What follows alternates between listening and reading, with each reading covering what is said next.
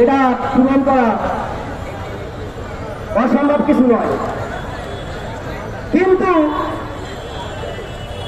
আপনারা দেখছেন এখনো অব্দি কোন রকমের পদক্ষেপ তিনি নেন নাই।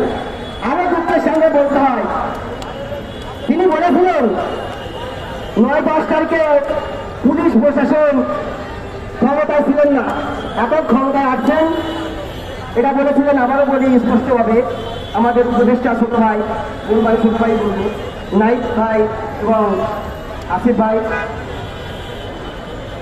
কিন্তু দেখেন এখনো কি পরিমাণে আমাদের উপরে অত্যাচার হচ্ছে। আমরা চট্টগ্রামের কথা বলি, গণপুরা প্রতিমা নিয়ে যাওয়ার সময় উপর থেকে গরম জল ছিটানো হয়েছে। যখন আমাদের ভাইয়েরা জানতে যায় শুধু কেন আপনারা এটা করছেন, তাদেরকে আটকে রাখা হয়, মারতে হয়, এটা কেন? আমাদের কি জানার অধিকার নাই? নাই কিনা আমি জানতে চাই।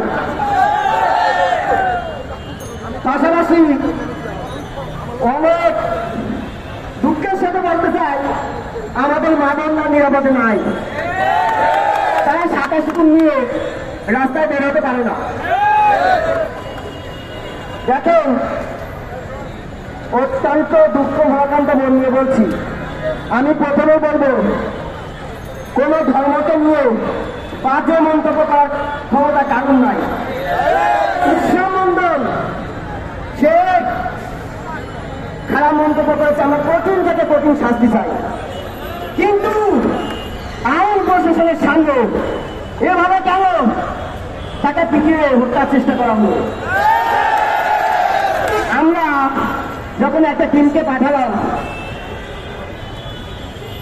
পাঠালাম খুলনাতে, তখন সেনাবাহিনী আমাদের জানা উচিত যায়। সেনাবাহিনী বললেন আমাদের কিছু করার নাই, এত টুকটার সেনাবাহিনী কি করতে আছে? আমরা